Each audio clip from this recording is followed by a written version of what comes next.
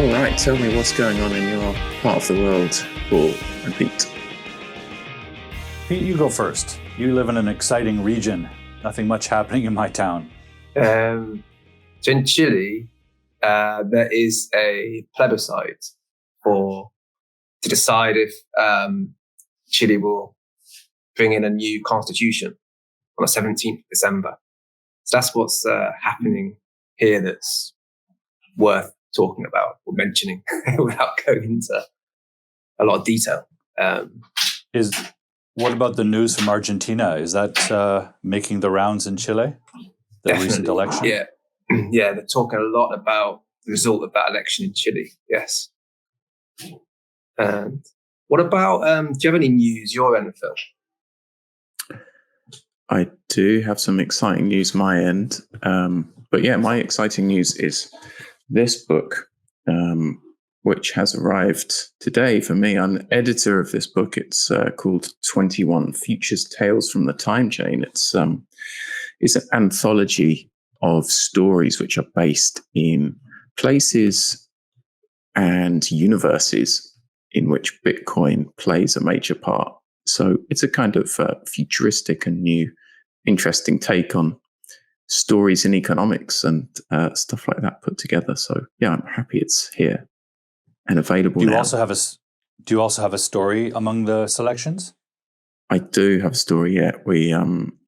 It was going to be anonymous, and then for some reason I took anonymous off and said, no, I want my name to be on it. So yeah, there's one story in there that's mine, and yeah, it's nice to know which one's which. That's great. That's great. Yeah. Well, congratulations, Phil. Thank you very much. Yeah. I mean, back to your plebiscites and stories and news stories. Our guest is going to be linked to the world of journalism. Is that right, Pete? That is right. So today, Diane Nottle is joining us. She is author of American English for World Media, is a Manhattan-based writer, editor, and educator. Since 2012, she has coached the international students at the Newmark Graduate School of Journalism at CUNY, where she founded the English for Journalists blog. Okay, hi Diane. Sorry for the technical difficulties. Welcome to the Trouble with Writing. Thank you so much, Diane, for joining us. Well, thanks for inviting me. This is my first live video podcast, so new experience for me. So we just introduced you, and one thing that we mentioned was you are author of American English for World Media, and you also have the English for Journalists blog. So we're very curious to know a little bit about what led you to the blog, to create the blog and write the book. Okay. Well, this is all part of a continuum. What you didn't say in my intro was I spent 35 years as an editor on daily newspapers, including 20 years at the New York Times. Short version of the story is around 2005, I started training to teach English to speakers of other languages as something I might want to do in my retirement. And the opportunity came up a lot sooner than I expected because I finished my certificate program in December 2007. And by 2008, well, we all know what happened in 2008, but in the newspaper business, it started happening 6 months to a year earlier as we were caught in the crisis of going from print to digital. So I took a buyout from the New York Times, started teaching, not full-time at that point, but like many of these things, as career changers will often find, it snowballs as you get more experience, more contacts, and so on.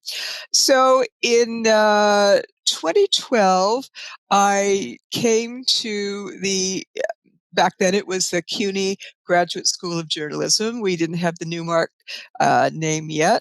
As an experiment, they had a number of international students, and the professors didn't know what to do with them. Should we hold them to the same standards in terms of English as the native speakers? And I say native speakers as instead of Americans, because in New York, many people are not native speakers. So they may be Americans, but they may have been brought here as children, might still have one or two things they've got problems with in English, even though they grew up in American schools and so on. And the other thing was, the professors wondered, well, do we cut them some slack because we know this is not their first language? And one day my resume got into the hands of the right person who said, we need somebody like you. Can you come in? And I've been there ever since. So the blog started when the head of IT for the school at the time was setting me up in the system. And as he was leaving, he made an offhand comment saying, you know, if you find a lot of the students are making the same mistakes, you might want to blog about that. And I thought, oh, that's a good idea. And that's how English for Journalists got started. Um, I wrote regularly on that until about the first year of the pandemic. The pandemic changed the way we work with students so much that I wasn't finding a lot of problems in common anymore. Also, by that time, I had done nearly 100 posts, and I'd covered most of the grammar points I wanted to cover and a lot more. So that's how the blog came to be. And every time I would see students, a lot of people making similar mistakes, I would call it harvesting examples from student work, and then when I felt I had enough, I'd put them together in a blog post. The book grew out of the blog. At that time, the journalism school had its own little publishing branch, and for years people said, you've got to write a book for us, you've got to write a book for us. Someone in the UK had done a book called English for International Journalists, which is why my book is not called that. And we all passed around and thought, this isn't really that good, we can do better. And so we did, and it was published. It unfortunately came out 4 days before the 2016 presidential election, so it was somewhat overshadowed. But people who have it seem to love it. I find it and just incredibly useful to have in my teaching. So that's the origin story. You may not know, I've also done another book in China in collaboration with a Chinese translation professor called English Grammar and Writing. It's more of a textbook / workbook. And that's, you can look at that on my website, dianenottle.com. So that's the story. I could tell you're a journalist, Diane. That was a very detailed backstory. Very, very thorough backstory like that. That's what we do. And I, as a journalist, I tend to write long. I always want to tell people every detail, which of course journalists can, but that's the kind of writer I am, and probably the kind of talker I am. Diane, I loved your blog. I started researching and looking at your blog the other day, and I must say it resonated with me because I do something a little bit similar. I host a weekly live stream, and I also harvest student examples. Sometimes I adjust them a little bit to disguise the original piece, but I sort of analyze them live on my whiteboard. So I love what you're doing with that. I think a learner, but also a teacher, can benefit a lot from that. Just seeing how you can dig into flawed English and find some gems of wisdom in there about the tendencies that writers have, the tendencies, grammatical or stylistic. So very cool, very interesting.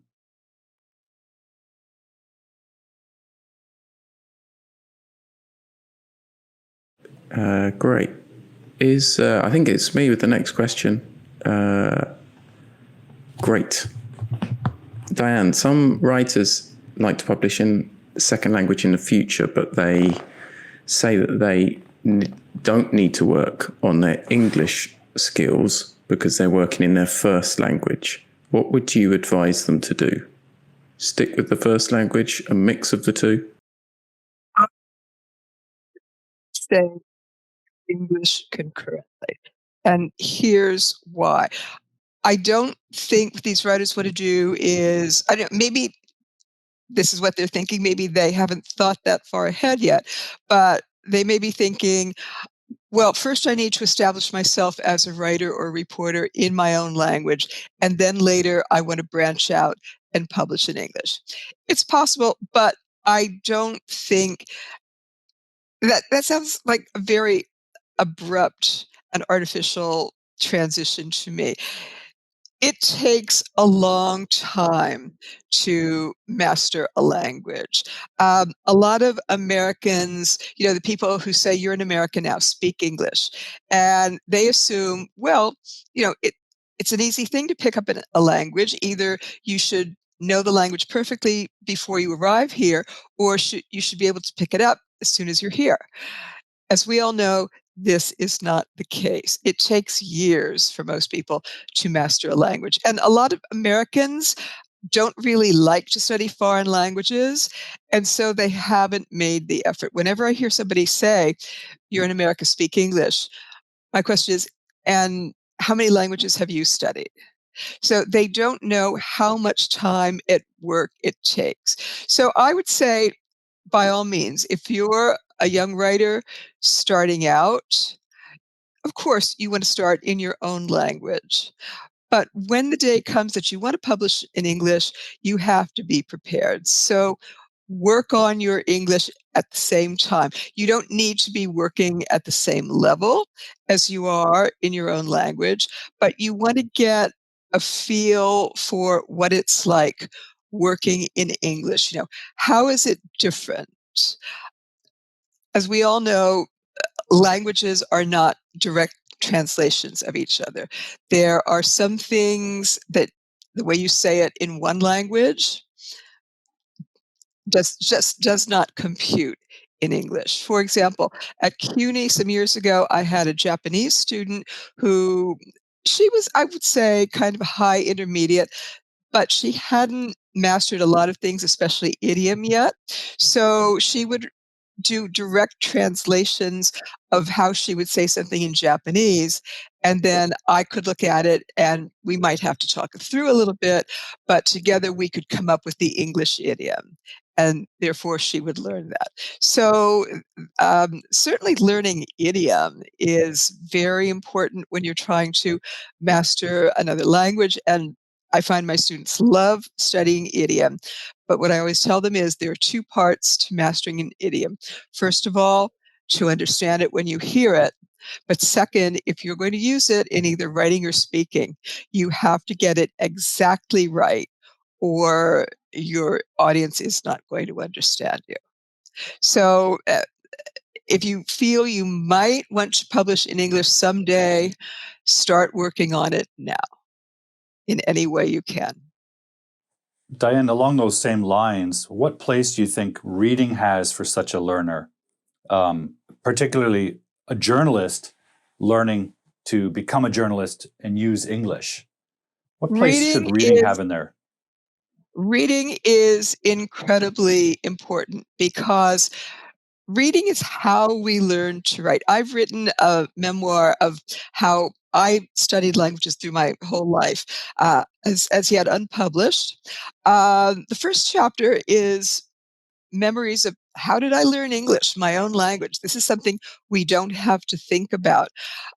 And so much of it is about my reading, starting when I was a small child, going all the way through high school, because that's as far as that chapter goes. So even though the goal, especially in journalism, is to develop your own voice, your own style of writing, you do that through reading other people's writing. You see Hemingway had a style, which is certainly not mine. Fitzgerald had a style. Any writer you admire, you probably the reason for your admiration is because of that writer's voice. So by reading many writers and in various kinds of media, books, news, um, essays, magazines, you get a feel for how writers express themselves. And that will give you a better sense of how to express yourself and develop your own individual voice. So, one thing I do suggest when you're reading in English, don't rush it. I had a student of mine from China when she was in grad school in New York a few years ago, said, "How do you do it? I mean, how do you read?" She had a stack of required books like that and could never keep up. And when I was in college, so did I. And I raced through most of these books, mainly so I could pass the exams, get through the semester, with the result that I retained very little of them. And once I graduated, I decided I am not going to do that anymore. I read a lot for pleasure. I'm going to read at my own pace. And of course, that pace depends on what you're reading. I go through, journalism quite quickly because I read so much journalism, I pretty much know what it's going to say. But I also read lots of books, and I find each book has its own rhythm. Some I can just race through, some you really have to slow down. For English language learners, of course, there is the matter of vocabulary and idiom. I suggest reading ebooks if possible because, you touch it, the word, and the dictionary comes up if you don't know it. So that's a huge help. If you don't have an e-reader, if you're reading paper books, keep a notebook of words you don't understand, look them up. Look them up in online dictionaries so you can also get the pronunciation. So that kind of went from the macro to the micro. Read as much as you can. And if you want to be a journalist, especially, read or watch or listen in the medium that you would like to work in. If you want to be a writer, read writing. If you want to be in broadcast or podcasts or whatever, listen and watch in those fields. And it gives you a better sense of the media culture and what's going to be expected of you. Thank you. That's really, really insightful. Reading is something my students always want to avoid for some reason, and I emphasize it. It's difficult. I mean, I've tried reading books in French, which is my first second language, and the one I know best. But my French is also very rusty because I don't get a chance to practice very much. And so I was in a cafe in Poland that had books lying around, and it was The Mists of Avalon. It's the novel about the Arthurian legends from the women's point of view. And I started reading it and I found, oh, this is really good. I'm going through the first couple of pages, not having much trouble, but it is hard work to read a full book in a second language. I have a Chinese student at CUNY now. She loves to read books in English, novels, but it takes her a long time. And because she's got so much coursework, she says, I'd really like to be able to read this novel. So just keep telling them how important it is. And of course, for me, reading has always been a pleasure. If you can, in some way, make them see that it is and should be a pleasure. Maybe they need to, maybe they're so focused on reading for their coursework. That's not fun. But remind them, there are other things you can read. I had a PhD student in Poland once, and she was saying how hard it was to understand things. And what I said is, you need to read some trash. You need to read a romance novel or something like that. Maybe a mystery if you like that. I think I gave her a copy of Vanity Fair magazine. And she said, of course, being a doctoral student, oh, I don't have time for that. But you need it. It's almost like an antidote to all that academic language. Those are some great tips about readings. Yeah, I think especially with students, they're just so under pressure to read these heavy texts, and they always think that reading has to bring them some kind of result. It's just like read things that you already know, or like you say, yeah. Right. I'm both odd and lucky because starting when I was a teenager, I've been in the habit of I read every morning when I wake up and every night before I go to sleep, to the extent that if I don't read, I can't fall asleep. And if I don't read in the morning, I never quite wake up that day. So, and people think that's kind of odd but remarkable. It's just a good habit I've gotten into, and I've gotten through a lot of books, and I get through 2 newspapers every morning before I get out of bed. So reading is a great pleasure to me, and if you can instill that in your students, I think they'll find it a lot easier. Going back to what Paul said about to students that don't want to read, right? And it's obviously such a crucial part of being a good writer. You have to be a good reader. I wanted to move it on a little bit to ask you about the writing process. I was wondering if you could give your top 3 tips on developing an effective writing process in English as a second language. Oh, I've been thinking about that, and the first thing is this is really important, so everybody please work on this. If you are still at the stage of thinking in your native language and then translating into English, whether on, doing a full story and then translating it on paper or translating thoughts in your head as you're writing, uh, get out of that habit. Because what first semester students at CUNY every year are still thinking in their native languages when they're trying to write in English. Well, journalism is a fast business. You have to be able to produce quickly on deadline, and that slows you down. So, again, it's a process just to do this, but when you are writing in English, do your best to think in English. And that becomes easier, like everything, with the more practice you have. Some years ago at CUNY, I had another student from China, and I asked her at one point, "Are you thinking in Chinese or English when you're writing in English?" She said, "Mostly in English, but every now and then there's a word or a phrase I don't quite know in English, so I fall back on the Chinese and then fix it later." Okay, so she's taken another step, but you got to start thinking in English to write well, and especially if you need to write fast in English. So just think in English whenever possible. Um, One thing that this comes to me from a now retired professor at the CUNY Journalism School, whom I interviewed for my book. And he was a professor, actually, he was the head of craft, which is the 2 main reporting courses. And he always told students, before you turn it in, find somebody to read it. And they, but can't do that. There's no time because these people were writing on a 2-hour deadline at that point.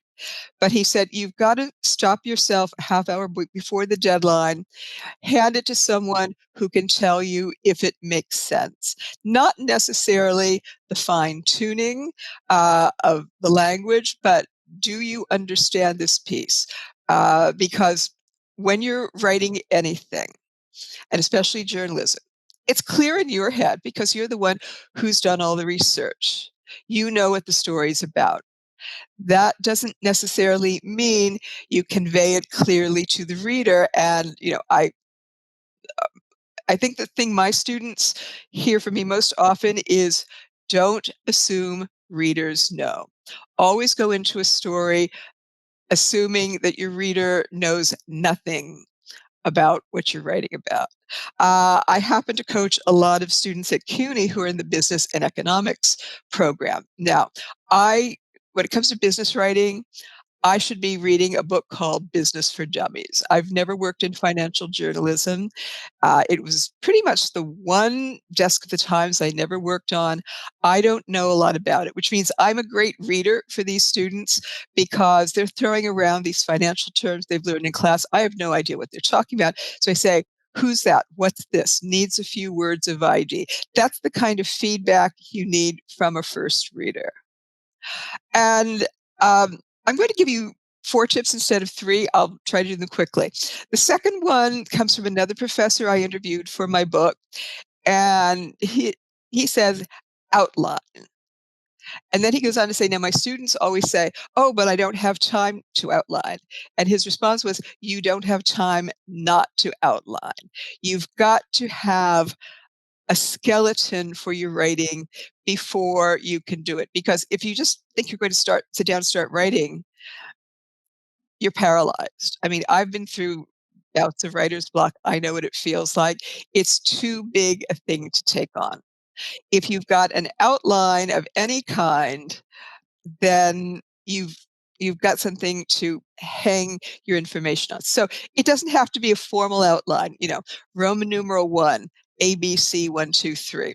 When I'm writing a story, I generally know what my beginning is going to be. So I'll take some time and really craft the first couple of paragraphs. When I'm reasonably happy with that, I'll just kind of sketch it out. What's the next topic I want to cover, and the next and the next. And then I can go back and fill in the supporting information. So get in that habit of outlining. Should the outline Finally, be in English? Sorry to interrupt. In English, Diane, right? the outline? Well, if you're outlining in English, that means you're thinking in English, and that's the goal. So yeah, I would say if you possibly can, do your outline in English. And of course, if you're a journalist, take your notes in English. Don't take it in your native language because it's easier. Okay. Third thing, learn from being edited. And of course, a lot of people starting out aren't really edited, but say you are at the stage where you may be starting to get published. If you're lucky, you will have an editor who has the time to work with you. And I always felt teaching, especially with young journalists, is a big part of the editing process. So try to find someone who can edit you.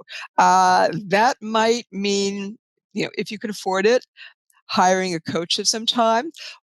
One of our students at CUNY who's about to graduate applied, I think, 3 times before he was accepted. The first time I interviewed him for admissions to assess his English, about all he could say was, I know my English is not the best. He kept repeating it.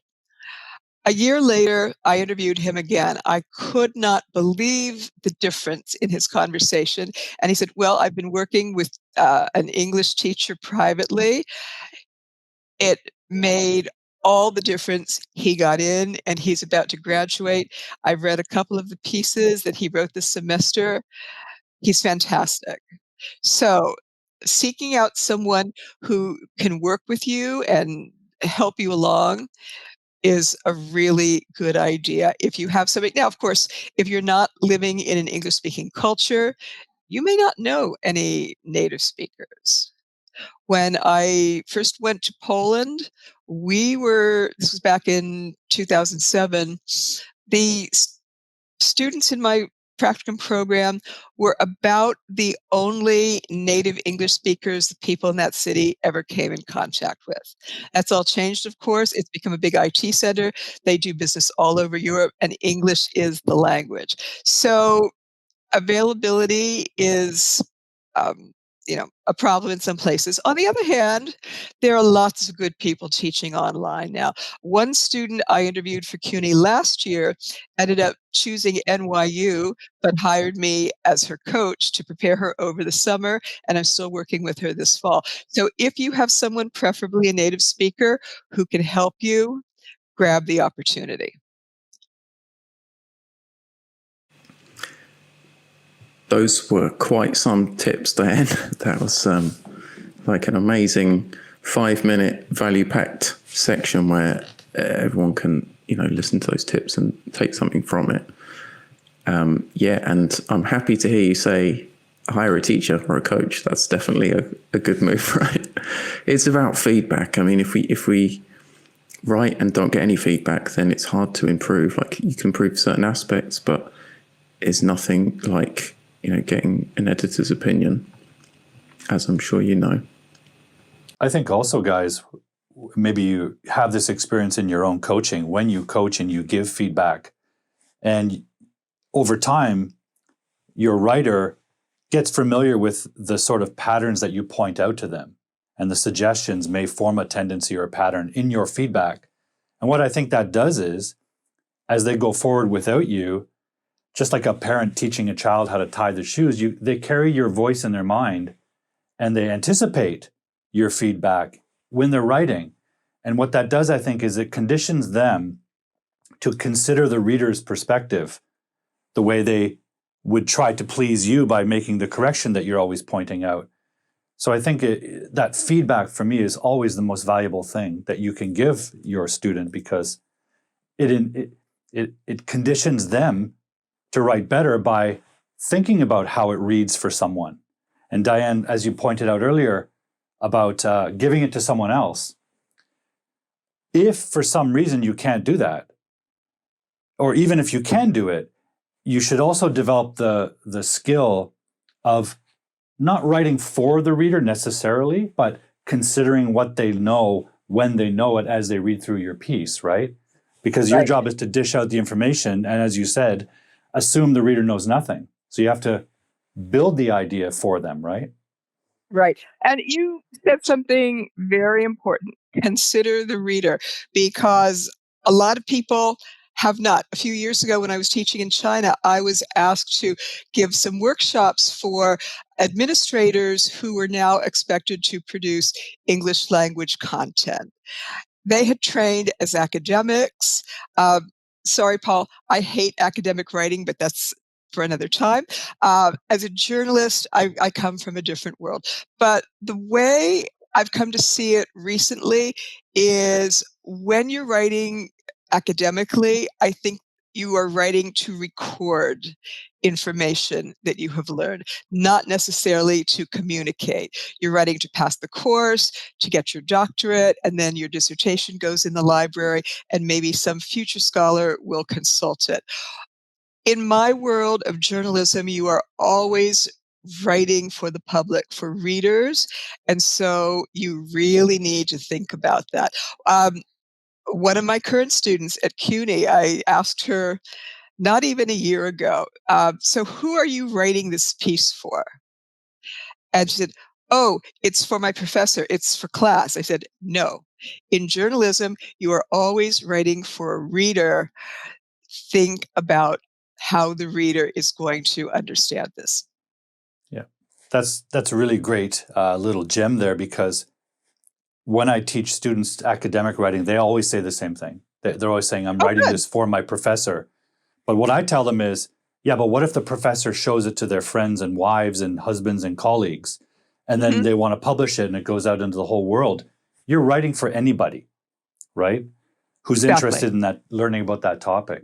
Yeah, that's a great thing you just said, because especially when I'm editing students who are writing in the business program or sometimes the science program.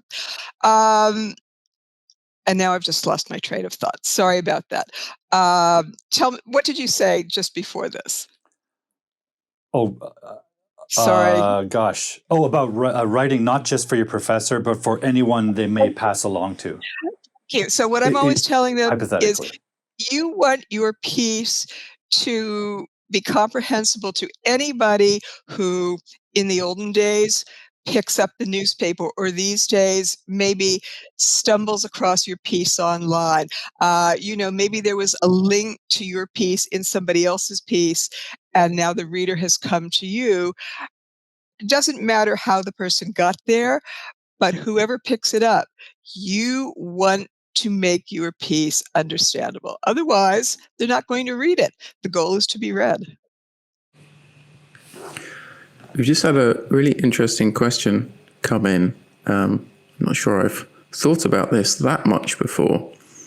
But yeah, I wondered if we could get your opinion on it, Dan. So Layla is saying, what's the difference here between British and American writing? Is there one? I love this so much, because when I teach a course, as I've done several times, the first time I taught it was in China. It was called Cultures of English-Speaking Nations. And I've done it several times now in various places. I always do one full class sessions on the differences between British and American, and also Australian and a little bit of Canadian English, because they are very different. It's not just the accents. Definitely the accent is a big one, and I always do clips of not just British and American, but which British and American accents. You know, we have all kinds of regional accents. In Britain, you've got the difference, not only the regional differences, but also the class differences, which I think are more pronounced than class differences are in American English. But it's also a matter of vocabulary and idiom especially. So that carries over to the writing. I have a piece from the New York Times by Roger Cohen, who I think might now be the chief of the Paris bureau, but at that time he was kind of a foreign affairs columnist, and it's called Of Loos and Language. Loo, of course, is the British for bathroom, toilet, whatever. And in it, he talks about some of these different words, like an American truck is a lorry in British, things like that. And many words and idioms that, having lived in the UK briefly, I'm aware of. But, uh, you know, if I have a student from a non-English speaking country who has learned British English, as many have, well, they'll be using what I call Briticisms in their writing or speech. I say, okay, but in America, where you are now, this is what we say. And of course, they're not aware of the differences. So, yeah, vocabulary, possibly the way you write and structure your sentences. In American journalism, we like to be very direct, a lot of active voice, strong, simple. Possibly in British journalism, you know, maybe they write in a little more roundabout way. So it's maybe the difference between, I don't know, Henry James and Joan Didion, something like that. Henry James, of course, was an American, but of a different era, and he spent a lot of his life in the UK. Anyway, so yes. So again, go back to that question of who is your audience. If you're writing for a British audience, write more in the British way and definitely using that vocabulary. If you're writing for an American audience, simple, direct, maybe a little less formal, much like the cultures themselves.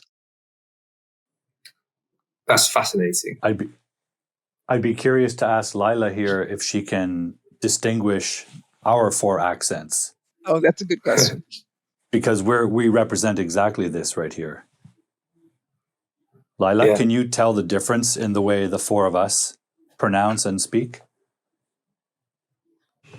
It'll probably take her a few moments. Yeah, it'll take her a few moments. Well, you're the one wearing the suit, Paul, looking very very formal today. So, right. So while we're waiting for Lila's reply, I also wanted to ask you, Diane, about imposter syndrome. So, Great one.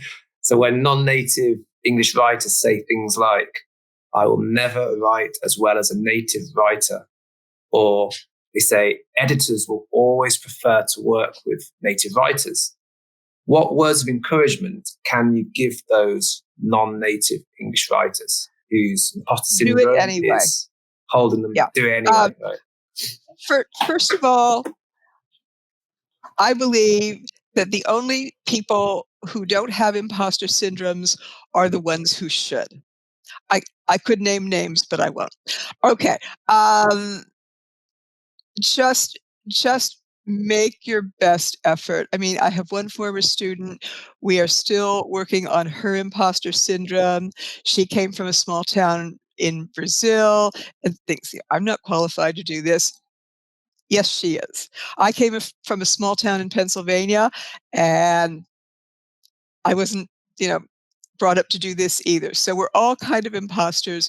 What we need to do is learn how to believe in ourselves. And the way we do that is by doing the work, taking the steps. Sometimes it's one step at a time, but doing the work to, I don't know, maybe we never get over it, but at least we produce something. So I don't think you necessarily need to feel I don't, maybe you'll never write exactly the way a native English speaker would, but for one thing, that's why we have editors.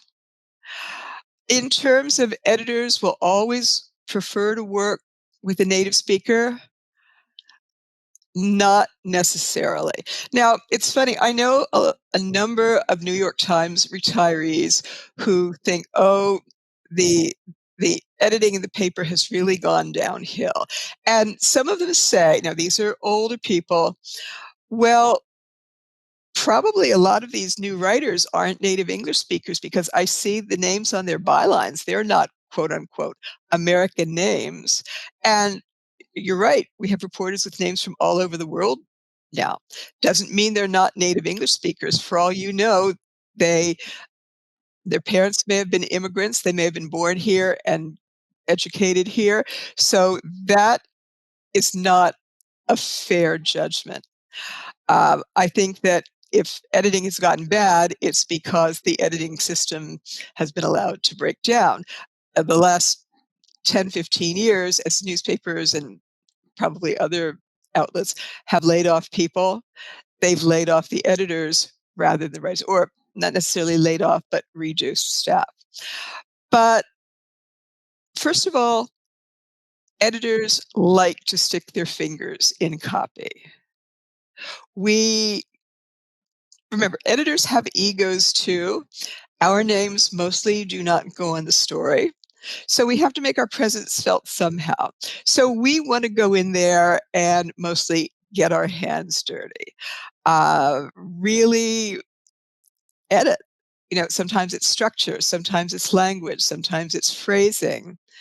We like doing our jobs. So that's one thing about it. Um, Again, sorry, I've lost my train of thought for the moment. I loved what you said about Okay. do it Yes, give me a anyway. Just prompt, those please. 3 words, do it anyway. Yeah, do it anyway, because the more practice you get, the more comfortable you'll get. So editors, getting back to them, we do want to do our job. We enjoy improving copy. And one thing that people may not know about the process of being edited, at its best, it should be a relationship. People think, well, the writer, some writers think, well, my work is already perfect. Why do these people muck it up? The fact is, it's probably not perfect. And writers with big egos, that can be a problem.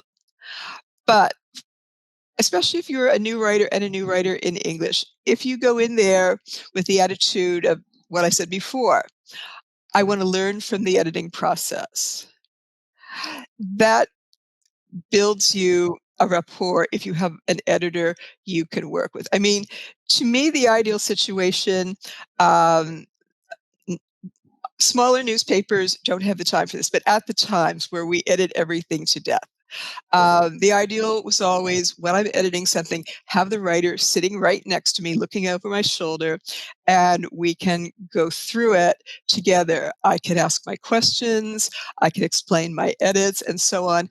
And that's pretty much how I worked at CUNY all these years. I'm still working remotely. And so when I was in there doing office hours, that's how it would function.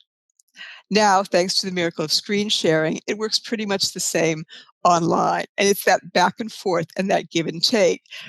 That is how you learn to improve as a writer. So that's why I say learn from the process of being edited. Here's a Oh, I know sub what I was about to, question.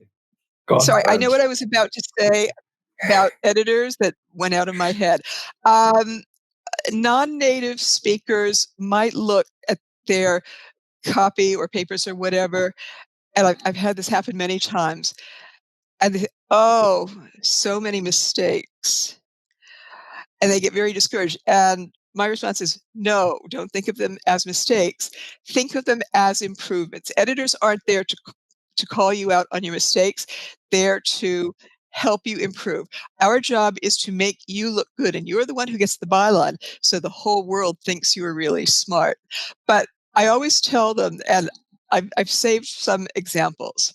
If I were still half a block away at the New York Times, editing professional reporters, native speakers with 40 years experience, it would probably still look like your copy. I mean, some people turn in very clean copy, and some, no matter what they write, no matter how long they've been writing, as we say in the newsroom, their copy is lit up like a Christmas tree with all these colors and notes on it. This is the normal editing process. So what you want to do, if you truly want to improve, don't go on an ego trip and say, no, it's already fine the way it is. Listen to your editor and learn from that. I was just thinking that I always like to say to second language English writers that if you have a story that's really worth telling, the original story, then even if your English is not perfect, it's not going to be perfect. There's going to be things that you need to improve. The editor's going to be more interested in that story than someone who doesn't have an interesting original story, who is a native speaker, even if they have, really top quality writing skills in English. Mm-hmm. Exactly. I wanted to comment, Diane, on your thoughts on editors. That it really resonated what you said about building relationships. I think that's the way I work with students, and editors have worked with me as well. It's like you need to build that back and forth relationship. If you can do that on a live video call while editing, like on Google Docs or something, that's so helpful. And yeah, the other thing I wanted to mention is it goes to show what we're talking about here with, writers with English as a second language, using English, getting published, writing great articles and working with editors, goes to show how important editing is, because essentially editors are like the only people, apart from a few coaches like us, who are aiding and the process of like what is acceptable English, what is the best use of language for these pieces to be published and to be held up on a pedestal of like, this is the work that we're aiming for. So it is so important that we keep going with it, even now when, newspapers especially are like under such pressure to sack editors. We need them more than ever because so many more people are using English, wanting to write. We really need to know where the line is for like acceptable use and best use. Right. And I have always thought of editors as the reader's representative. The editors are the first readers. You finish your copy, you turn it in to whoever reads it first. When I was at the Times, there were 3 different levels of editing. Now they've streamlined that process for better or worse. But the fact is, the editor is the person who's reading your story. And if your editor doesn't understand it, the reader is not likely to understand it. The editor is probably going to know more already going into the story than the person who reads it in the morning. And I always quote a late friend of mine. She was a writing buddy of mine. And this applied mainly in the days of morning newspapers. Now, of course, we can get the news anytime we want. But she always said, you're writing for people who may not have had their second cup of coffee yet. They may be reading the morning paper or whatever, but their brains may not be fully functioning yet. They may or may not know anything about your topic, but they're reading it anyway. So that's why everything has to be so clear. I like that. It's second cup of coffee. Yeah, that's great. Yeah. We've touched on this idea of the editor as the reader's representative. And as I pointed out earlier, as coaches, we are sort of fulfilling that role too. And I know that feeling, I know that experience of putting a lot of commentary and notes on a student's work And it can really shut them down because they're trying to please you because they've also been trained to write something that's good enough to pass and get a grade.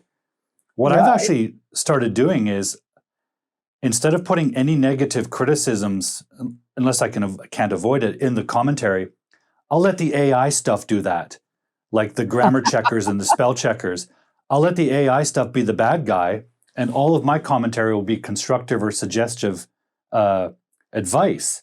So I get to be their hero. And what I've noticed is they get more encouraged to see their feedback as exactly what you're describing, as helping them get to the polished final product, rather than this is wrong and that's wrong. Exactly. But I want to take that a little further. And you mentioned some of the changes in the editing field. Mm-hmm. Given those changes, what do you think is the current writing landscape for someone who wants to write, say, as a freelance journalist?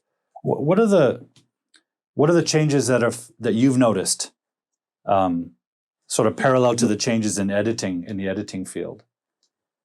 In terms of, you mean just getting started in freelancing? Yeah, the opportunity landscape, I suppose. I haven't done much freelancing in recent years. This is just me. I love doing the work, but I'm really bad at marketing and self-promotion. And I just decided I'd like to spend my energy elsewhere. So I don't have anything much that's up to date. It's getting noticed, getting the attention, getting those first few assignments. And once you've done that, again, this is about establishing a relationship with an editor or a publication. Once you've done that, you become one of their regulars, and they'll go to you if they need something done. It's not always you having to pitch something to them. And that's a giant step forward when they start seeing you as one of their gang. So that helps a lot. The main difference I see in the editing process is, as I said, at the times we used to have 3 levels of editors. The assigning or content or story editor, which is what I was when I left. The copy desk, which is what I was when I went in there. Less responsible for content, although making great contributions to content, but more with the mechanics of style, structure, grammar, that whole thing. And then the chief copy editor on each desk, who was the last person to see a story before it was set in type. And in recent years, that's become, compressed is the wrong word, but the new way of doing it is you have one editor who's responsible for a story all the way through, from conception to pushing the button. And in fact, some smaller sections at the times, that's how we operated, as opposed to the major desks. The problem with that is some editors have never learned the copy desk functions. They came in as, content people. Some copy editors have never been taught to think bigger.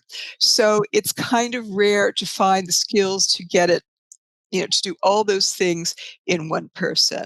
And that's the thing I see as having changed. But for people starting out, it's the getting noticed and becoming one of their people. That's the important thing. And again, it's all about building relationships. Diane, Very true. That's great. Thank you, Diane. Yeah, thanks you. so much for all your valuable tips today. There's so much our audience learned, I think. You're more than welcome. Yeah, and I hope your second podcast experience went smoothly. May there be many more, because you've got so much great advice to give out to up and coming writers, and we really thank you for coming on. It's a learning experience for me too, so thank you. Brilliant. Okay, let's wrap it up, everyone. Thanks for watching. And Diane, before we go, where can people find you online? Would you like to share a social media or a website? I tend to stay away from social media. I think it's a cesspool. So my website is very simple, dianenottle.com. And of course, there is my blog. This has a very long URL, English for Journalists, all run together, at journalism.cuny, that's CUNY.edu. Or if you just Google English for Journalists CUNY, it will come up. That's great. We'll include those links in the show notes. Brilliant. All right. Thanks for watching, Thank you so everyone. much. And we'll be back next month with another episode.